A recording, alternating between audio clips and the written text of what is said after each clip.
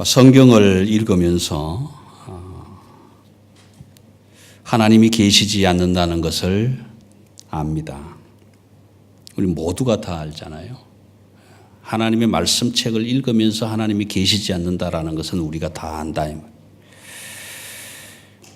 정말 당신이 계신다면 나에게 한번 보여주세요. 그러나 내가 굳이 하나님을, 당신을 찾을 이유는 없습니다. 책무는 없습니다. 책임감은 없습니다. 아주 뜨거운 여름날에 길을 가다가 큰 나무 그늘 밑에서 앉아서 쉬면서 이렇게 독백을 합니다. 야, 이렇게 큰 나무 밑에서 이 뜨거운 여름날에 쉴 수 있다는 게 참 큰 행복이고 진짜 큰 행운이구나. 그렇게 독백을 하는데 갑자기 마음속에 나무가 하는 말이 들려옵니다. 그것은 운이 아니에요. 나는 여기서 당신이 오시기를 400년 동안이나 기다리고 있었습니다.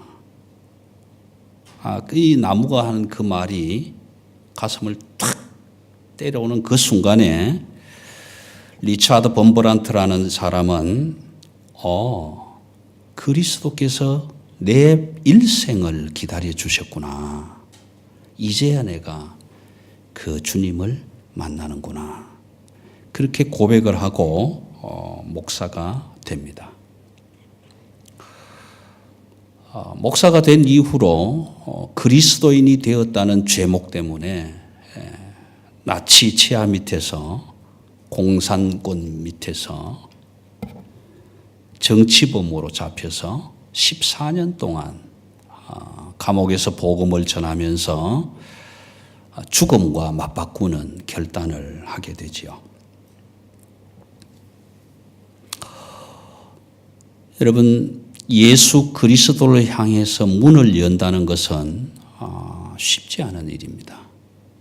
우리가 마음의 문을 닫는 것은 굉장히 쉽습니다.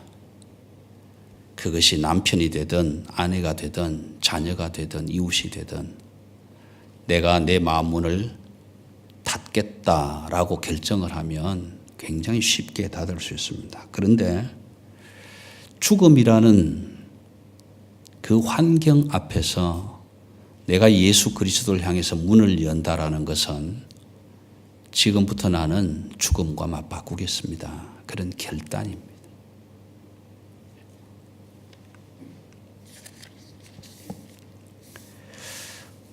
오늘 7번째 교회인 라오디게아 교회를 향해서 아멘이다.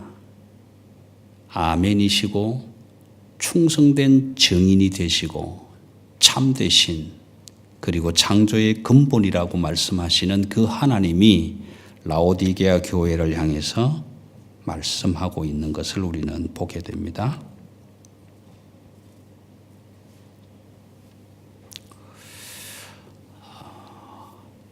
그런데 많은 사람들이 설교할 때 칭찬을 듣지 못한 교회가 있는데 그 교회 중에 하나가 라오디게아다, 그렇게 말씀들을 하지요. 칭찬하는 말씀은 없습니다. 그런데 칭찬하는 말씀은 없지만 사랑한다는 말씀은 있어요.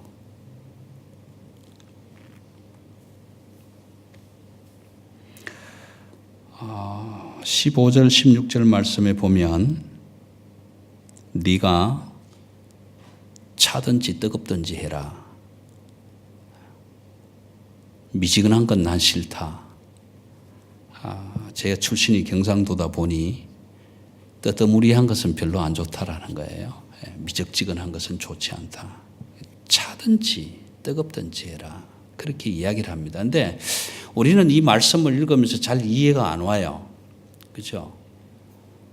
왜 이 교회를 보고 뜨겁든지 차든지 하라고 할까 이해는 안 갑니다. 그런데 라오디게아 교회 성도들은 이 말이 딱 떨어지는 순간에 이게 무슨 말이라는 것을 금방 알아차린단 말이에요. 왜 그렇게 알아차렸냐 하면 사진 하나, 지도 사진 하나 띄워주세요. 오늘 그게 안 왔네. 예. 이 라오디게아 교회가 이 말씀을 듣는 순간에 바로 알아들을 수밖에 없는 이유는 지금 여기가 라오디게아 교회인데 이 동네는 물 사정이 그렇게 좋지가 않아요. 물 사정이 좋지 않아서 여러분 독일의 맥주가 유명하다고 하지 않습니까? 왜 유명한지 아세요? 물이 별로 안 좋아요. 그래서 그네들만의 개발이 맥주입니다. 맥주. 그런 것처럼 이 라오디게아도 물 사정이 굉장히 안 좋은 동네예요. 그런데 요 바로 옆에 히에라볼리라고 있습니다. 히에라볼리. 여기가 그냥 우리말로 좀 번역을 한다면 거룩한 장소.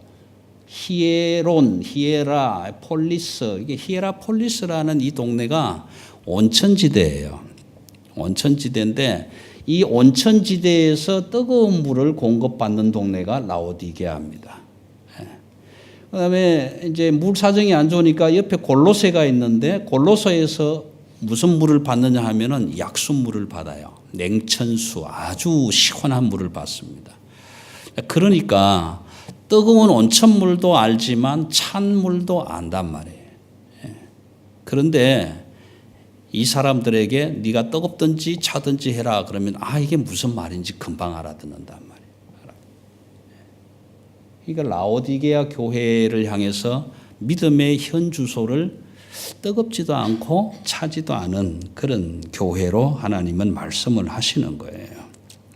그래서 그리고 이어지면서 뭐라고 하시냐 하면은 네가 말하기를 17절입니다. 네가 말하기를 나는 부자라 부유하다 부족한 것이 없다 모든 것이 완벽하다 그렇게 이야기하고 있지만 내가 볼 때에는 너는 가련하고 가난하고 벌거벗었다 부유하지 않다라는 거예요.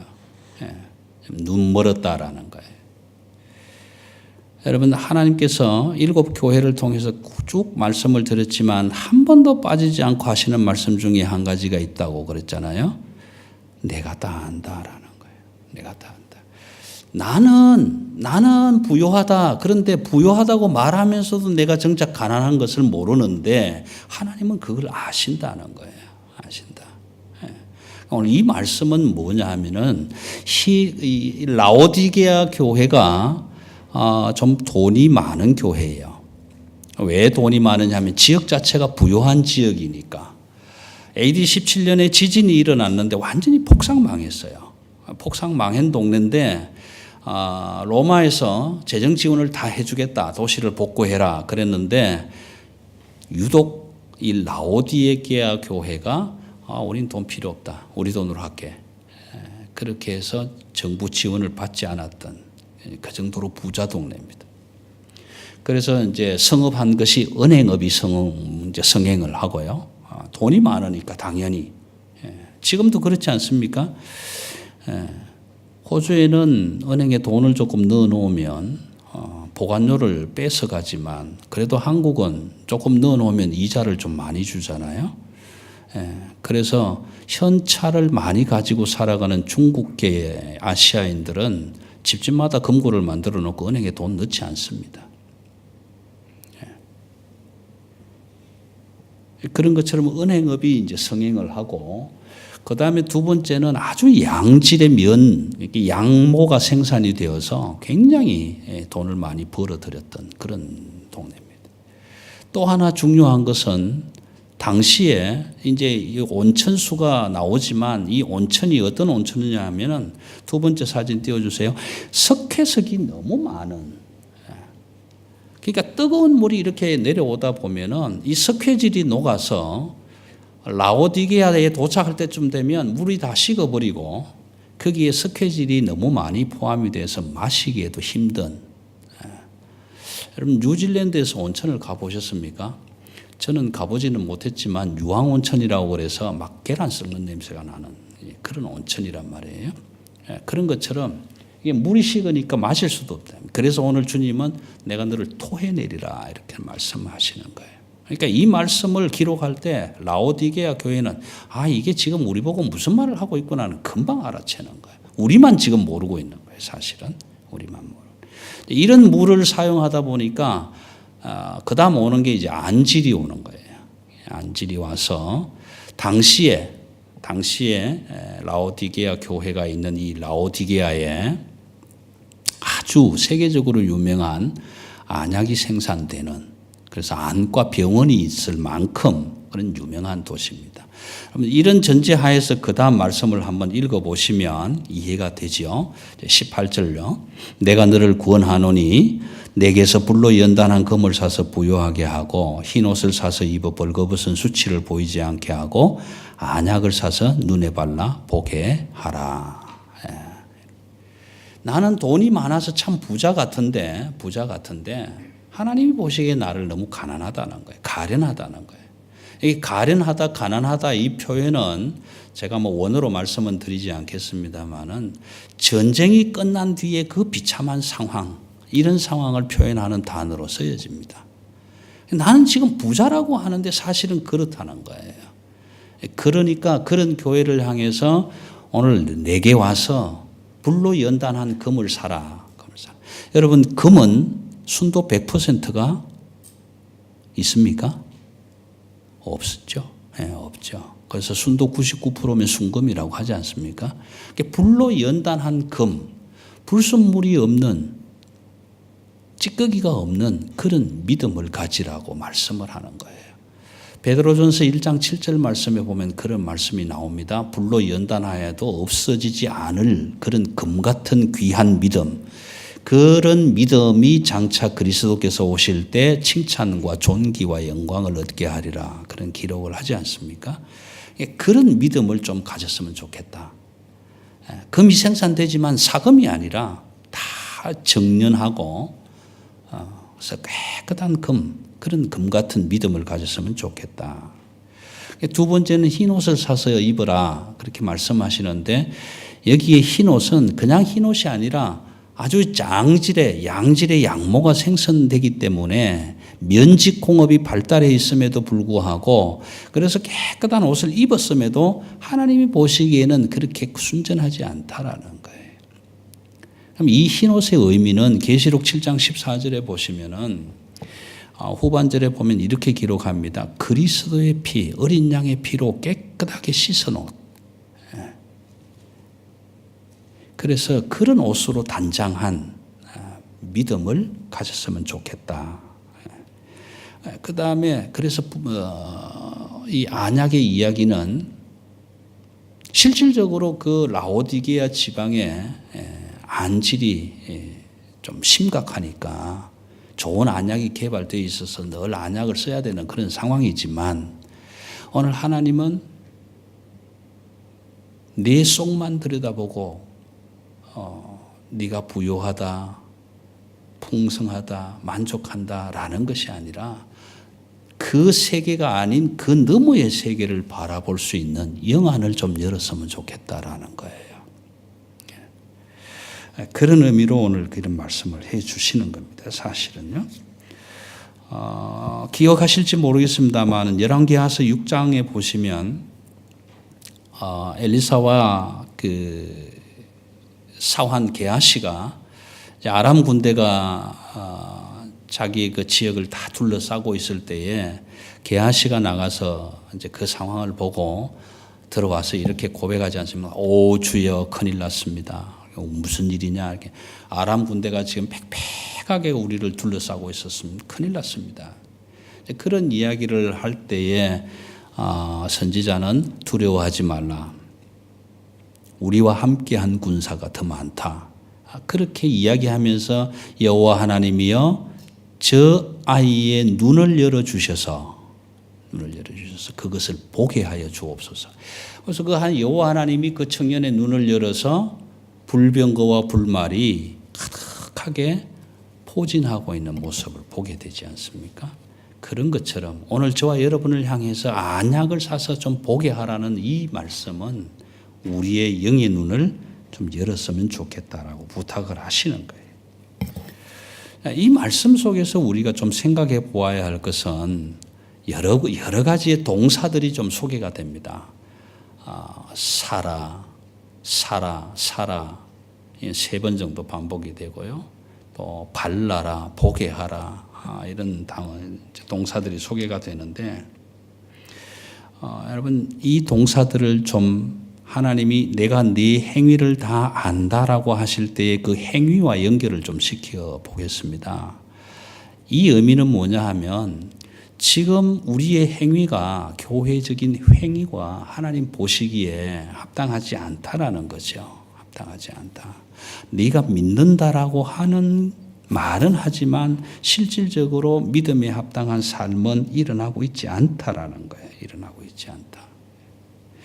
에베소서 2장 8절 말씀에 보시면 믿음은 하나님의 선물입니다. 우리에게 주신 하나님의 선물인데 하나님이 주신 믿음을 가지고 있다고 말은 하지만 그럼에도 불구하고 우리의 삶 속에서 일어나는 행위는 믿음적이지 못하다라는 거예요. 여러분, 지금부터는 조금 잘 새겨 들으셔야 됩니다. 이제 3장 20절에서 하나님이 권면하시는 말씀이 나올 텐데, 볼지어다 내가 문 밖에 서서 두드리노니 누구든지 내 음성을 듣고 문을 열면 내가 들어가 그로 더불어 먹고 그는 나와 더불어 먹으리라, 이렇게 말씀하셨잖아요. 여러분, 저와 여러분이 하나님이 문을 두드렸어요. 내 마음 문을 두드렸습니다. 문을 열어달라고. 그런데 하나님이 두드리실 때에 내가 문을 연다고 구원이 이루어질까요? 그러면 두드리실 때 문을 열지 않고 닫아 있는다고 구원이 안 이루어질까요?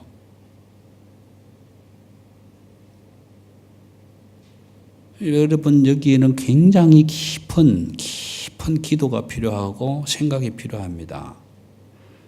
왜냐하면요, 하나님이 문을 열고 닫는 일이 그분이 못하셔서 지금 이러실 것 같습니까? 전능하신 분이, 전지하신 분이. 우리가 문을 열고 닫는 행위, 믿음에 합당한 행위가 어떻게 이루어질까 하는 문제를 우리는 깊이 생각해 보아야 합니다. 여러분, 제가 죽을 수밖에 없는 죄인이고 나는 예수 모른다, 하나님 안 믿는다고 하지만 그래도 하나님께서 허락하시면 하나님의 사람으로 뒤집어 놓을 수 있는 분이 하나님이시단 말이에요. 서두에 리차드 범브란트라는 분을 이야기를 했는데요. 이분은 유대계인 루마니아 사람입니다. 그런데 성경은 읽지만 성경을 항상 읽으면서 기도한 내용이 그 내용입니다. 하나님, 나는 하나님이 계시지 않는 거 확실히 압니다. 만약 당신이 계신다면 나한테 보여주세요. 그러나 내가 하나님을 찾아갈 이유는 아무도 없습니다. 성경을 읽으면서도 항상 그렇게. 그러다가 어느 날 그 큰 나무 그늘 밑에서 쉬면서, 참 운 좋다. 이 뜨거운 날 내가 이런 나무 그늘에서 쉰다니. 그렇게 얘기를 하는데 그 나무가 갑자기 그 얘기를 하는 거예요. 아니요, 그건 운이 아니에요. 나는 여기서 400년 동안 당신을 기다리고 있는 중입니다라는 거예요. 그 음성을 듣고 예수 그리스도 그분이 내 일생 동안 나를 기다리고 계셨구나. 그리고 목사가 되기로 결심을 합니다. 목사가 되자마자 일어난 게 이 나치와 소련 공산당 그 치하에서 정치범으로 감옥에 들어가고 14년 동안 감옥 안에서 죽음과 맞싸우면서 복음을 전하는 상황이 생기는 거죠. 저는 참 다행으로 1992년 11월 18일 날 그분을 제가 직접 만났습니다. 대구에서. 지금은 아마 돌아가셨지 않을까 싶어요. 살아 계셔도 그건 한 100세 가까이 되실 것 같은데. 여러분, 우리 똑같은 생각하지 않습니까? 저와 여러분이 성경 읽으면서, 하나님의 말씀책 읽으면서, 하나님 진짜 계셔? 계시면 꿈에라도 한번 보여주면 좋겠어. 그럼 난 믿을 거야. 우리 그러지 않습니까? 그렇게 생각하는 하나님인데 내가 문을 연다고 구원이 되고 안 연다고 구원이 안 된다? 그런 의미가 아니란 말이에요. 그런 의미가 아니다. 내가 하나님을 정말 믿는다면 나의 행위가 어떻게 돼야 할 건가라는 거예요. 여러분, 우리가 여기서 예수님의 처음 사명을 한번 생각해 보십시다. 오늘 14절 말씀에 라오디게아 교회를 향해서 이렇게 말씀하십니다. 아멘이시여 충성되고 참된 정인이시며 창조의 근본이 되신 하나님. 여러분, 이 세 단어는 예수 그리스도가 하늘 보좌를 버리시고 이 땅에 내려오실 때 받으신 첫 번째 사명입니다. 여기 아멘이시고 하는 이 아멘은 사도 요한은 이사야 65장 16절 말씀에서 근거해 오거든요. 진실된 하나님, 진리의 하나님. 그 이사야 65장에 진리의 하나님이라고 고백하는 그 진리라는 말을 아멘으로 쓰고 있습니다. 그래서 아멘의 하나님. 그 아멘의 하나님은 하나님의 충성된 증인이 되시고 예수 그리스도. 그 예수 그리스도는 태초에 말씀이 계실 때 같이 계셨던 창조의 근본이 되신 하나님이시다. 그 하나님의 사명을 가지고 우리에게 이 땅에 육신의 몸을 입으시고 처음으로 사명을 가지고 오시는 거예요. 예수님의 사명은 첫 번째 사명은 이것이었습니다. 그럼 저와 여러분의 사명은 뭡니까? 우리의 사명. 왜 태어나셨습니까? 왜 저와 여러분이 이 땅에 지금 있습니까?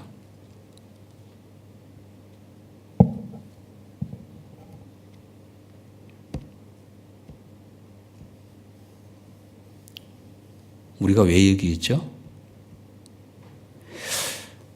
가정을 부흥시키고 사회를 부흥시키고 나라와 민족을 부흥시키기 위해서 이 땅에 태어난 것 맞습니까? 아닙니까? 그냥 준 생명이니까 생명 다할 때까지 왔다가 그냥 가는 것, 그것이 사명입니까?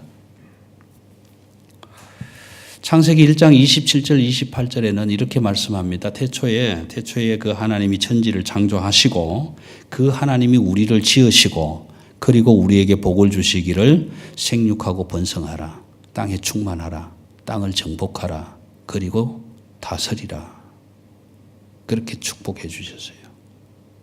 우리는 이 땅에 올 때 그런 하나님의 축복을 받아서 사명을 받아서 태어났습니다.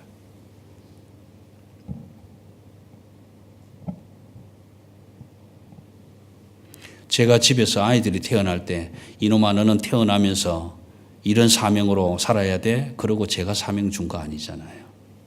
하나님이 주신 거잖아요.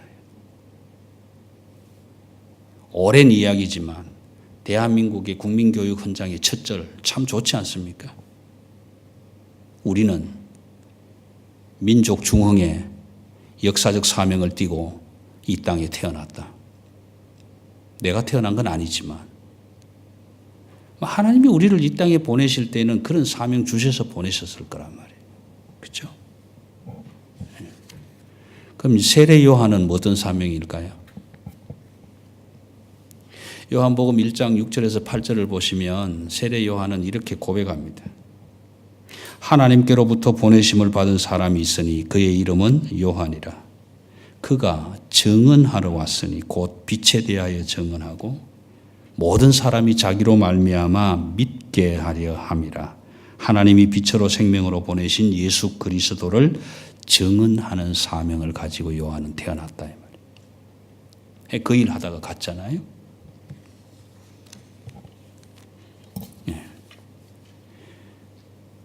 예수님이 오셔서 아버지의 사명을 받고 오셔서 처음으로 하신 일이 마가복음 1장에는 그러지 않습니까? 예수 그리스도의 세계라. 복음이 시작되면서 회개하라 천국이 가까워왔느니라. 그러지 않습니까? 여러분 예수님이 그 사명 받고 와서 회개하라 천국이 가까이 왔느니라 그렇게 하셨는데 우리 그랬습니까? 회개하고 돌아와서 하나님의 형상으로 회복했냐 말이에요. 그런 일이 일어나지를 않았습니다. 사실은. 그런 일이 일어나지 않았기 때문에 십자가에 못 박아버린 거 아니에요? 우리의 죄를 없애기 위해서, 우리를 의롭다 하기 위해서 구약 시대에는 저와 여러분이 알다시피 짐승을 대신 잡았지 않습니까? 소와 양을 끌고 와서 제사를 드리는 그 제사 드릴 사람이 직접 그 위에다가 머리 위에 손을 얹고 안수하고, 야, 나 이런 죄가 있으니까 오늘 이 죄를 다 네가 짊어지고 가라. 그리고 전가시켜서 번제로 드리지 않습니까? 왜 그랬을까요? 구약 시대에는 왜 짐승을 잡았을까요? 지금처럼 하나님 용서해 주세요 그렇게 기도하고 끝내도 될 텐데, 그렇죠?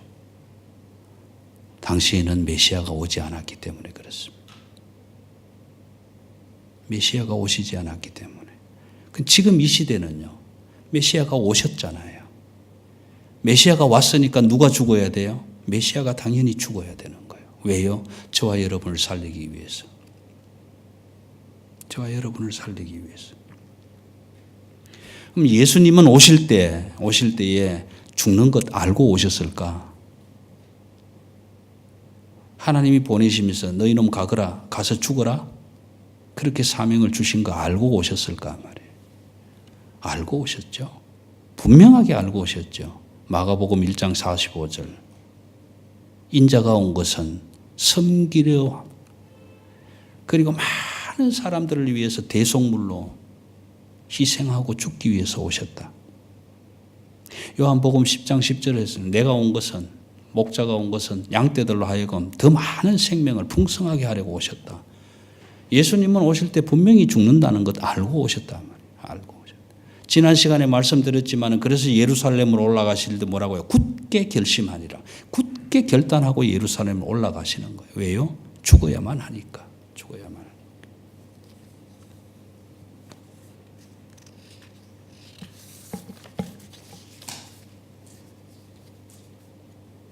오늘 마지막 사명은, 예수님이 우리에게 주신 마지막 사명은 과연 뭘까라는 거예요. 뭘까? 3장 20절입니다. 볼지어다 내가 문 밖에 서서 두드리노니. 여러분, 우리 주님은 저와 여러분을 한 사람 한 사람 다 찾아다니시면서 마음의 문을 두드리시는 것, 문을 열어달라고 두드리시는 것이 우리 주님의 마지막 사명입니다. 그래서 누구든지 이 음성을 듣고 문을 열면 내가 들어가 그로 더불어 먹고 그는 나와 더불어 먹으리라 말씀하시는 거예요. 이것이 마지막 주님의 사명이다라는 거예요. 사람들이 좀 이상해지지 않았습니까? 저만 그렇게 느낍니까? 먹고 마시고 게임도 하고 도박도 하고 다른 사람 거 훔치기도 하고 빼앗기도 하고 동성애를 즐기기도 하고 별것 거 다 하잖아요. 별별 걸 다 좋아하잖아요. 별별 걸 다 좋아한다. 그런데 다 그렇게 좋아하는데 참 이상한 것은 죽지 않고 영원히 산다는데 왜 사람들은 시큰둥할까요? 영원히 살고 싶지 않아서?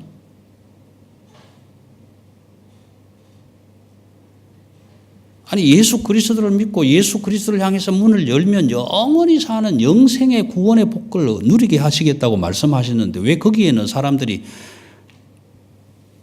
관심을 안 가질까요? 거짓말 같아서요? 그렇습니까?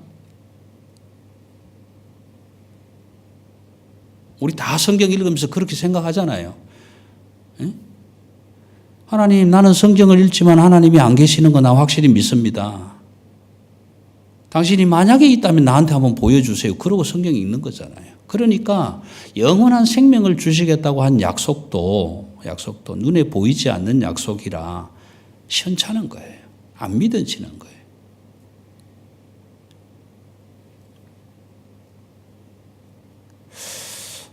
예수가 거짓말이다.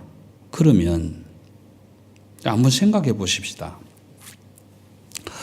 예수 그리스도의 오심을 기준으로 해서 BC와 AD로 나누는 이 역사의 기준은 어떻게 우리가 해석해야 됩니까? 예수가 오셨어. 예수가 오신 그 기점으로 BC, Before Christ, Anno Domini, 예수 이전과 예수 이후를 이 시대의 역사로 기준하는 이유는 뭡니까? 예수도 거짓말인데? 그럼 믿을 이유가 하나도 없잖아요. 왜 AD, BC 꼭 그래야 되나요? 그럼 역사의 기준도 거짓말. 고고학이라는 학문을 통해서 역사의 현장에서 발굴되는 당시의 흔적들은요. 그것도 거짓말?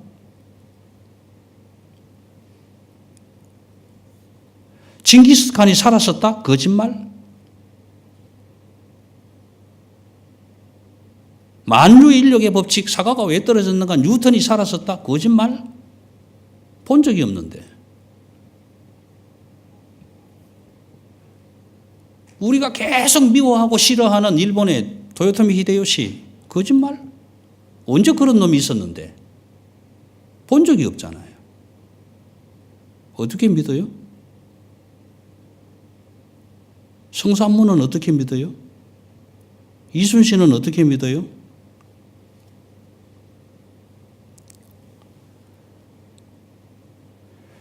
저는 어릴 때 이런 노래를 따라 부른 적이 있어요. 떴다 보아라 안창남의 비행기, 내려다 보아라 김복동의 자전거. 여러분, 일제시대에 자전거를 타고 대한민국 조선을 빛냈던 김복동이라는 사이클리스트가 있었단 말이에요. 어떻게 믿어요? 본 적이 없는데. 일제시대에 비행기를 탔던 파일로트 안창남이라는 사람이 있었단 말이에요. 어떻게 믿어요? 본 적이 없는데.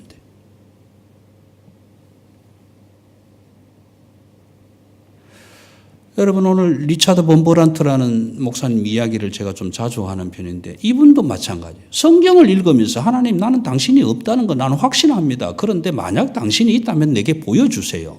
그러나 내가 당신을 찾을 이유는 하나도 없습니다. 그러다가 목사가 된 사람인데, 목사가 됐다는 이유로, 그리스도인이 됐다는 이유로 나치 공산당 감옥에서 정치범으로 붙잡혀서 14년 동안 죽음과 싸우면서 복음을 전했던 사람들. 왜요? 그분은 예수 봤나요?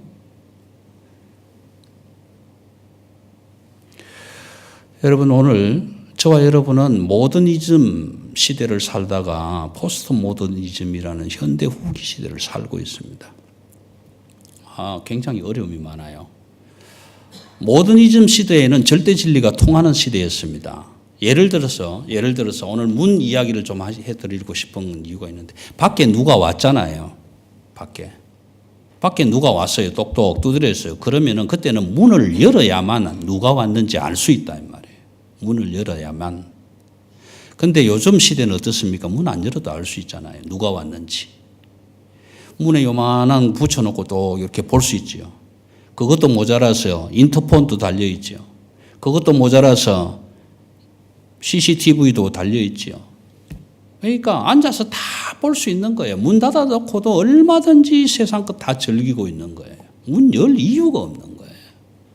그 이야기는 뭐냐 하면은 너의 절대 진리가 있고 나의 절대 진리가 있다 이 말이에요. 내가 좋아하는 것이 있고 네가 좋아하는 것이 있다 이 말이에요. 그런데 그렇게 살아가는 저와 여러분을 향해서 오늘 교회는 성경을 들고 맨날 하는 소리가 예수가 오직 진리다라고 얘기한단 말이에요. 예. 그런데 여러분, 우리가 생각해 보세요. 늑대가 왜 싫어요? 늑대를 싫어할 이유가 뭐가 있어요? 나한테 해코지를 하나도 안 하는데?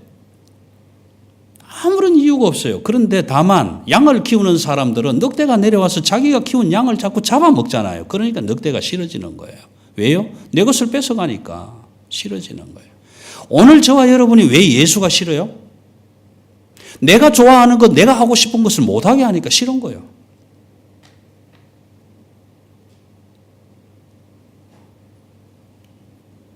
아니, 이 후기 현대 사회에서 사람들은 저렇게 즐기면서 재미있게 살아가는데 나는 왜 그걸 못하게 해? 그러니까 예수가 싫단 말이에요.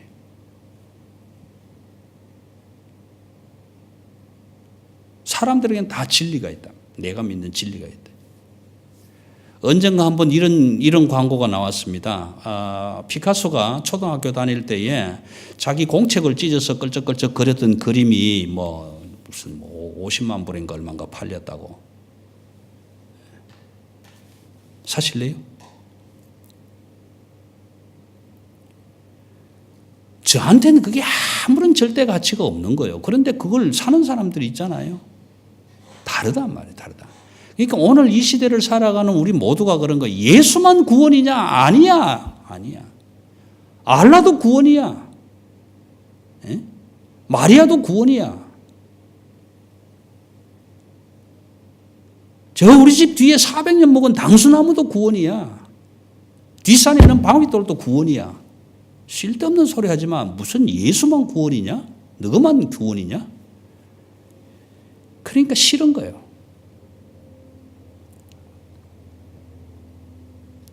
다원화 시대, 절대 진리가 없는 시대가 됐단 말이에요. 이런 시대에 오직 예수만 절대 진리고 하나님의 말씀만, 성경만 절대 진리라고 강조를 하니 어느 누가 좋아하겠냐 이 말이에요. 어느 누가 좋아하겠냐. 예수님이 나를 일평생을 기다려줬구나. 그래서 결단하고 목사가 됐는데 깜빵에 집어넣어가지고 14년 동안 죽을 고생을 하게 만드는 그 예수를 누가 좋아하겠냐고요.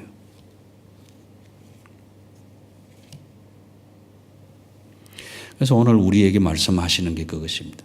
내가 문 밖에 서서 두드리노니 누구든지 문을 열면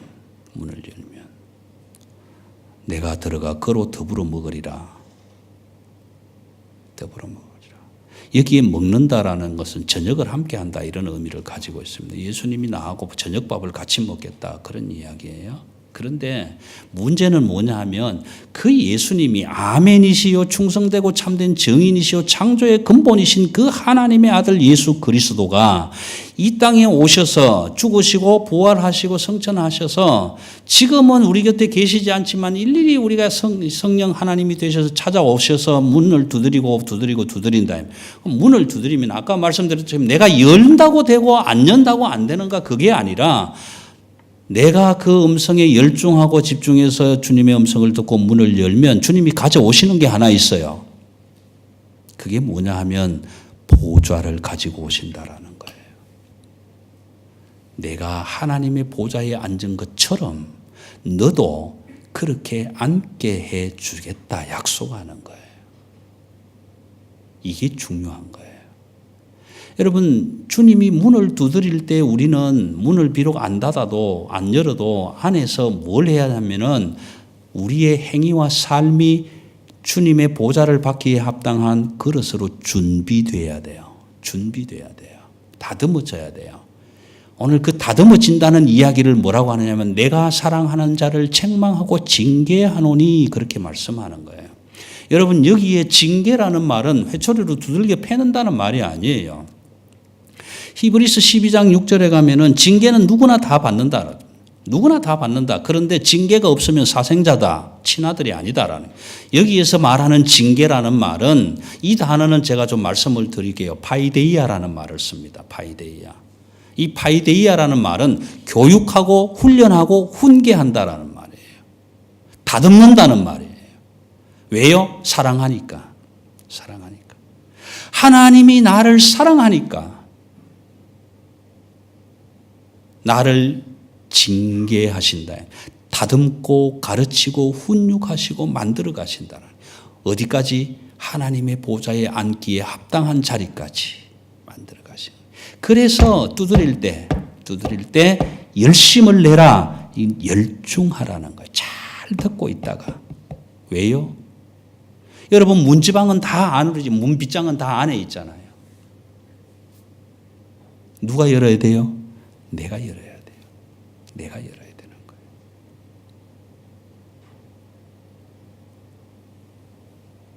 생음악 틀어놓고 밴드 불러다 놓고 띵까띵까 음악 크게 틀어놓고 파티하고 먹고 마시고 부어라 즐기고 그러고 있는데 문을 두드리면 들리겠습니까? 안 들리죠. 그러나 하나님의 말씀을 읽고 묵상하면서 행여라도 이 시간에 주님이 내 마음의 문을 두드리지 않을까 열중하고 문 뒤에 서 있다가 이 두드리는 소리가 나면 바로 문을 열어, 그것이 열중하라, 열심을 내라 하는 말씀. 왜요? 내가 지금 하늘나라의 보좌를 들고 너에게 찾아가고 있다라는 거예요. 그런데 세상 사람들은 이것 모르잖아요. 그러니까 싫어하는 거예요.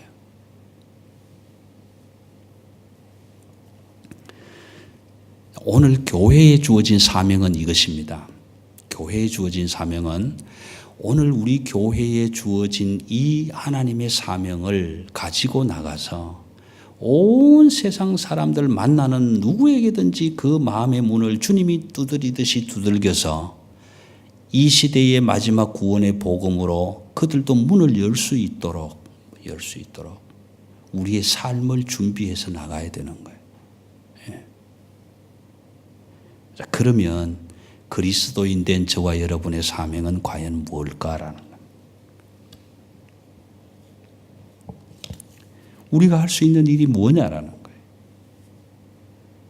거예요. 먼저는 우리가 스스로 하나님의 말씀을 통해서 가르침을 받고 징계의 말씀을 듣고 훈련받고 훈육받고 다듬어져서 하나님이 보시기에 합당한 그릇으로 준비되어야 되는 것이 첫 번째고, 그렇게 준비된 그릇이 되어서 하나님의 음성에 늘 집중하고 열중하고 열심을 내면서 살다가 하나님이 우리의 문을 두드리실 때에 주시는 그 보좌, 하나님의 보좌, 그 보좌에 이르기는 합당한 믿음으로 그 예수 그리스도를 나의 주 나의 하나님으로 진실로 맞아들여야 돼요. 진실로. 성경을 읽으면서도 하나님이 살아계시기는 뭘 살아계셔 이게 아니라 이 말씀은 정말 하나님이 살아계시는 말씀이구나라고 받아들여져야 된다라는 거예요. 여기에 행위적인 문제가 있다 이 말이에요. 여기에 행위적인 문제. 그냥 들러덩 문 열고 문 닫고 이것이 중요한 것이 아니라